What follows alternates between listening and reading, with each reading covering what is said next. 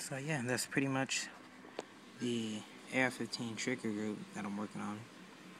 And yeah, so see you guys on the next update. Probably gonna have the receiver done, but until then, that's just what I've been working on so far. I'm gonna work on getting things like this locked down in place so it stays right there, and fixing that little bump, because as you guys can see, if I can focus, that's about to rip down there. So yeah, did you guys see that? That looks so glossy and everything. That's just weld, like not JB weld, but it's some different type of material thing that I'm using for this project. So